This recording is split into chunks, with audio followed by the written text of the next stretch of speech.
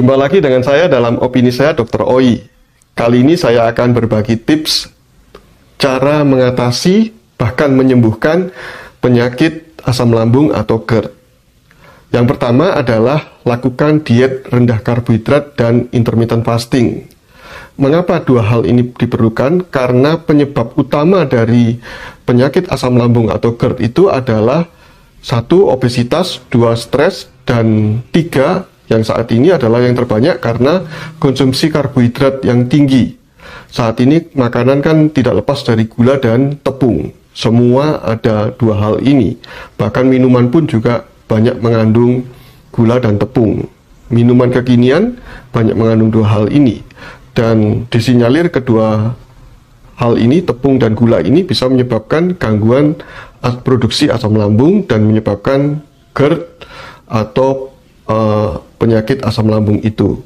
Jadi yang pertama rendah karbohidrat dan intermittent fasting. Apa itu rendah karbohidrat atau keto dan intermittent fasting? Silakan Anda simak di tayangan saya sebelumnya.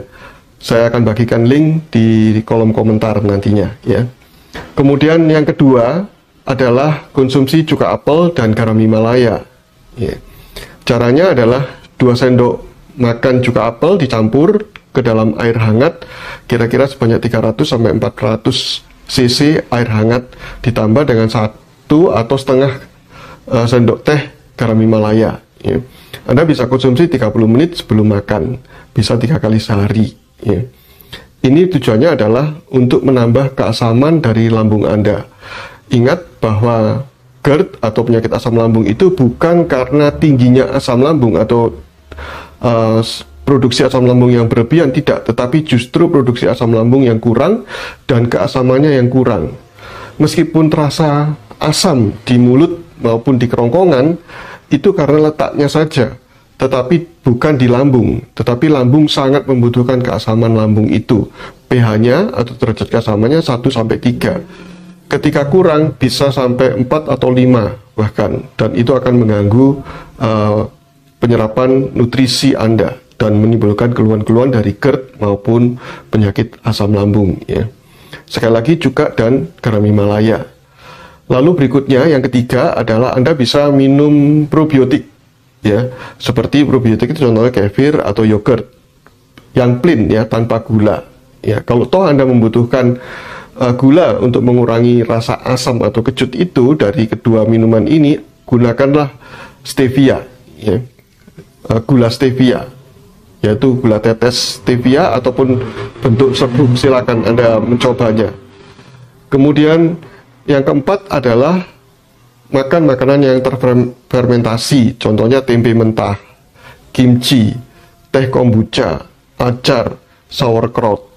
Ya, sauerkraut itu sejenis fermentasi, makanan fermentasi dari Jerman ya. Ini budaya Jerman, tetapi bisa kita buat sendiri juga karena bahannya adalah kubis ya. Lalu yang kelima adalah Anda bisa menambahkan perasan lemon di makanan Anda maupun minuman Anda. Contoh cuka apel ditambah dengan perasan lemon, teh juga ditambah perasan lemon, bahkan kopi pahit pun bisa ditambahkan dengan itu sehingga menambah keasaman dari lambung Anda. Sekali lagi ingat bahwa sebagian besar, lebih dari 95% penyebab GERD atau penyakit asam lambung itu adalah kurangnya keasaman lambung Anda ya, bukan ketinggian ya, bukan terlalu banyak asam lambungnya, justru kurang ya. Selain tadi yang harus dilakukan, juga hindari yang pertama adalah diet tinggi karbohidrat. Sekali lagi, makanan sekarang ini selalu mengandung gula dan tepung ya. Tidak hanya makanan, seperti contohnya saja fried chicken, ayam ditambah dengan tepung. Kemudian makanan-makanan yang lain seperti donat ya, dan banyak lagi. Bahkan minuman pun juga ternyata minuman tepung yang disebut sebagai powder drink ya. Suatu tepung yang diberikan perasa gula di dalamnya dan bahan-bahan yang memang seperti yang disebutkan itu, contoh teh, kopi dicampurkan sedikit ya, tetapi kandungan tepungnya atau gulanya justru lebih banyak. Itulah sebabnya terjadi obesitas dan juga penyakit asam lambung. Kemudian kurangi juga refined carb, namanya processed food. Contoh mie instan. Mie instan itu adalah processed food. Dari bahan, contohnya saja tapioka, kemudian diubah menjadi tepung, tepung kemudian diubah menjadi mie instan, dan mie instan itu sendiri kemudian dikeringkan, jadi dihilangkan airnya dan sebagainya, kandungan basahnya, dan karena itu menjadi awet ya, dan itu bisa menimbulkan gangguan pada tubuh kita. Karena itu batasi konsumsi mie instan ya, jangan tiap hari, apalagi sehari bisa 2-3 kali ya. Kemudian stop rokok. Ya, rokok bisa menimbulkan sphincter di dalam kerongkongan itu menjadi tidak tertutup rapat, tidak ada kuat nutupnya. Terjadilah reflux atau GERD itu.